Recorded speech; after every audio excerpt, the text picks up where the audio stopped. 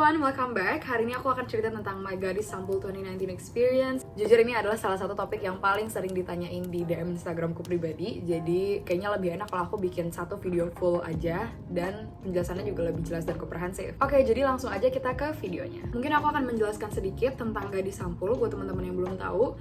Jadi Gadis Sampul sendiri merupakan semacam beauty pageant yang diselenggarakan oleh majalah Gadis, dimana tujuannya adalah untuk mencari wajah-wajah baru atau model untuk mengisi majalah mereka, which is majalah Gadis tadi. Jadi semacam pemilihan model sampul gitu. Oke, sekarang aku akan jelasin kenapa aku mau ikut Gadis Sampul. Nah, sebenarnya aku pribadi udah ngikutin Gadis Sampul udah lama banget karena mamaku juga dulu sempat daftar Gadis Sampul, kayaknya tahun 86, 87 atau 88 gitu.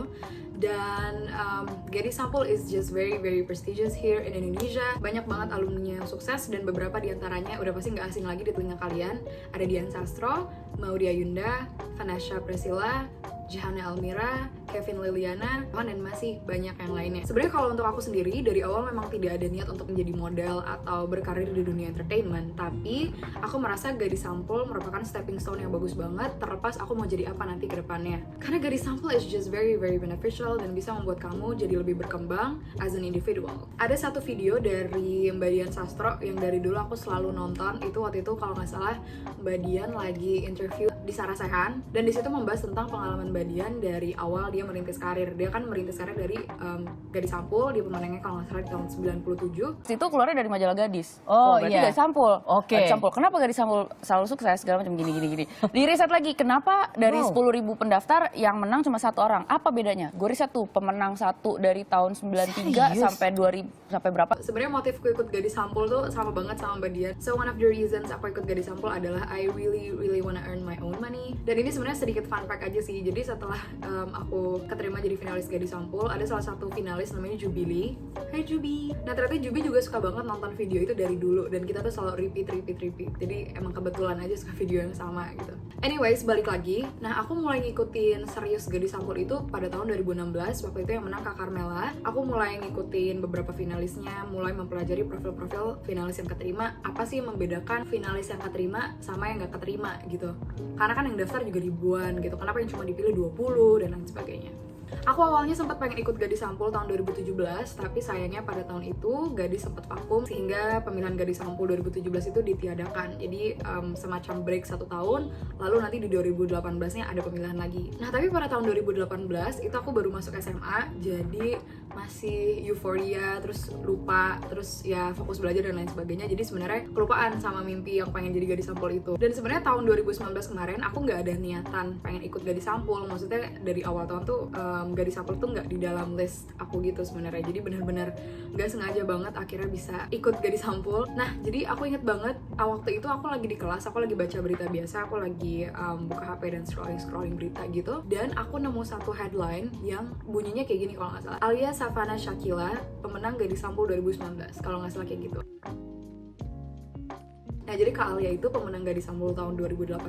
Hai Kak Alia, kalau kamu nonton. Nah, karena aku baca headline kayak gitu, aku baca berita kayak gitu, aku jadi mulai ngikutin lagi kayak, oh iya Gadis Sampul, apa kabar ya, kayak gitu-gitu. Akhirnya aku mulai ngikutin lagi, dan aku memang nge-follow Instagram Gadis Max di Instagram. Jadinya aku nge-scroll dan ngeliat bahwa pendaftarannya ternyata mau dibuka untuk yang tahun 2019. Nah, tapi sebenarnya pada saat itu aku hampir nggak daftar karena I was just very insecure karena yang daftar banyak banget dan semuanya pada cantik-cantik, pada pinter-pinter, dan memang keren-keren banget. Tapi karena aku tipenya nggak mau nyesel, aku nggak mau nanti in the future ada what if question. Aku nggak mau nanti kalau misalkan aku malah berandai-andai kayak gimana ya kalau gue daftar, gimana ya kalau keterima, kayak gitu-gitu. Jadi I just gave it a shot. Dan waktu itu aku bilang ke mamaku, dan mamaku sangat antusias ya. Dia malah excited banget karena ya dia juga tahu Gadis Sampul juga udah lama dan sangat supportive. Oke, jadi sekarang kita akan masuk ke timeline dari mulai aku proses daftar sampai keterima jadi finalis. Nah, jadi memang khusus di tahun 2019 kemarin ini berbeda dengan tahun-tahun sebelumnya. Kalau tahun-tahun sebelumnya itu kalau nggak salah daftar pakai form registrasi, kamu isi lalu kamu submit gitu. Tapi di tahun ini selain form registrasi itu kita juga harus bikin video. Makanya kalau teman-teman lihat di Instagram aku atau di Instagram finalis lain itu kita memang disuruh bikin video. Totalnya ada 3 video sampai ke finalis. Oke, sekarang aku breakdown tanggal-tanggalnya. Di sini aku punya contekan tanggal-tanggalnya. Jadi 9 Agustus 2019 itu pertama kalinya aku foto full body dan foto close up. Jadi pada saat mengisi form registrasi, selain personal information, data-data dasar kayak gitu, kalian juga disuruh untuk submit foto, yaitu satu foto yang full body kayak gini dan satu foto yang close up kayak gini.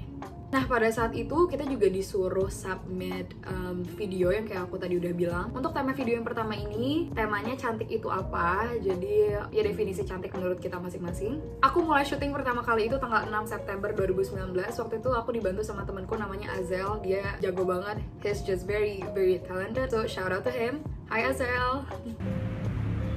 Dan beda karena juga perempuan yang cantik itu adalah perempuan yang selalu tahu dengan apa yang ingin dilakukan dan tahu kalau dalam diri kayak apa. Akhirnya setelah submit form registrasi beserta videonya itu tadi, aku lupa deadline-nya kapan, tapi abis itu diumumin unggulan itu ada 100 orang. Unggulan itu diumumin pada tanggal 2 Oktober 2019.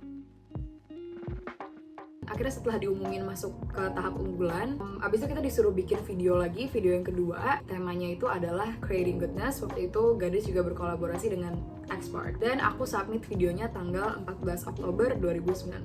Videonya masih ada di Instagram aku, jadi kalau kalian mau lihat full versionnya, bisa silahkan dicek di Instagram aku. Ini aku kasih klipnya sedikit. Di sini aku dan komunitasku, kami berfokus di bidang international relations dan punya tujuan untuk membantu anak-anak muda Indonesia to gain international exposure.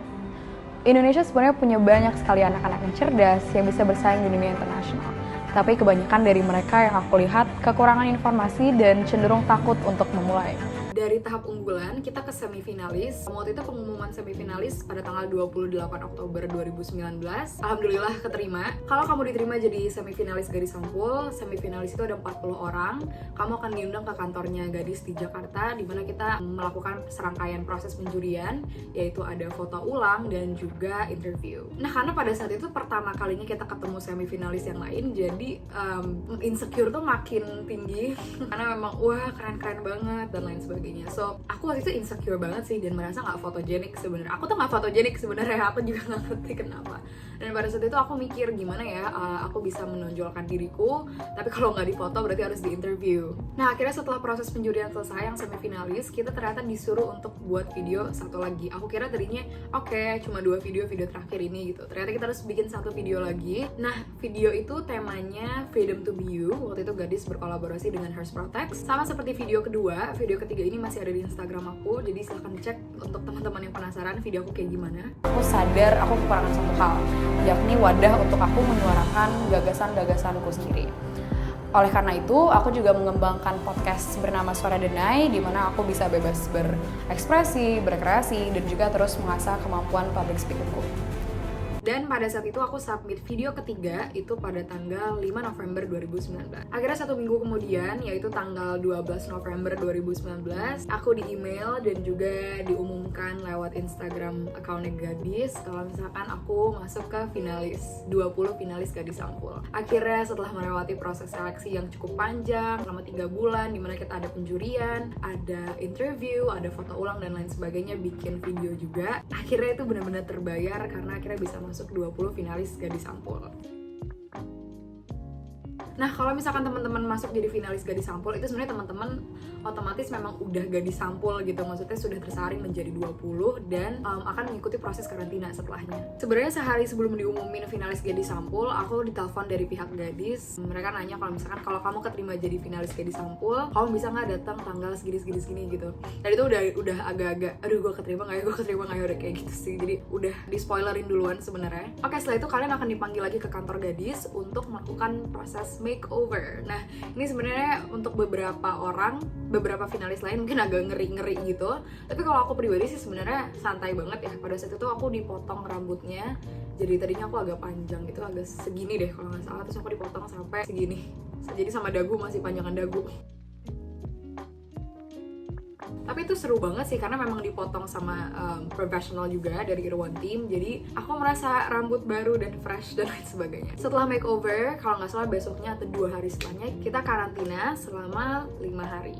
Nah sekarang aku akan cerita pas aku lagi karantina. Pas karantina itu sebenarnya banyak banget hal-hal yang aku dapetin dan aku belajar banyak banget sebenarnya dari kakak-kakaknya dan dari teman-teman finalis yang lainnya juga. Sebenarnya kalau teman-teman penasaran kita karantina tuh sebenarnya ngapain aja sih? Itu sebenarnya Gadis juga udah bikin videonya di YouTube. Jadi kalian silahkan dicek aja channel YouTube Gadis. Linknya aku sertakan di bawah. Jadi sebenarnya udah dikasih snapshot gitu kita pas karantina hari keberapa itu ngapain aja. Jadi silahkan dicek. Kita itu selama karantina kita ada kelas-kelas gitu, ada kelas modeling, ada kelas public speaking, ada kelas makeup dan lain sebagainya. Jadi sebenarnya belajar banyak juga sih dari kelas-kelas itu karena memang diajar langsung sama profesional atau expertnya memang di bidangnya. Selain kelas-kelas, kita juga belajar koreografi, dance untuk malam final, kita rehearsal dan lain sebagainya. Kita juga ada kunjungan ke mall-mall terdekat, ada shoppingnya juga. Jadi sebenarnya selama proses karantina kita juga belajar banyak banget dan seru banget pokoknya. Ada cerita seru apa cerita sedih apa cerita terharu ya ngomongnya. Jadi ada satu cerita.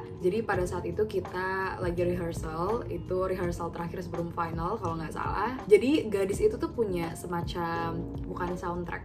Jadi Gadis itu tuh punya semacam lagu yang akan diputerin setiap coronation, setiap penobatan ke gadis sampul yang baru gitu, teman-teman ngerti kan maksudnya. Nah jadi pada saat musik atau lagunya itu diputar dan tempatnya memang di set bener-bener seperti real, makanya aku dan beberapa finalis lain juga sempat merinding. Oke, yang terakhir aku ada beberapa tips untuk teman-teman yang mau ikut gadis sampul. Yang pertama adalah jadi diri sendiri. Kalau misalkan kamu berusaha untuk menjadi seperti orang lain, maksudnya ini dalam konteks yang memaksakan ya, dan itu akan sangat-sangat terasa dan gak otentik.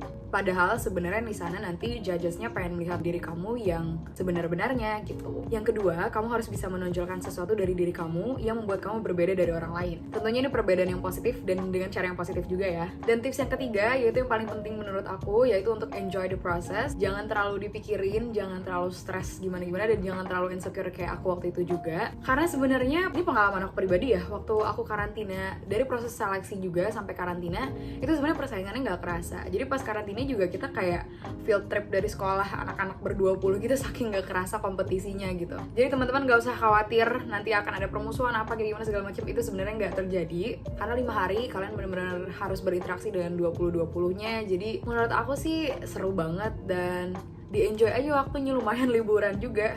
Oke teman-teman, makasih banget buat yang udah request topik ini. Semoga video ini bisa membantu untuk teman-teman yang mau daftar Gadis Sampul juga. Kalau ada pertanyaan silahkan untuk komen di bawah atau bisa DM aku di @ayashafelis. Thank you so much for watching. Bye bye.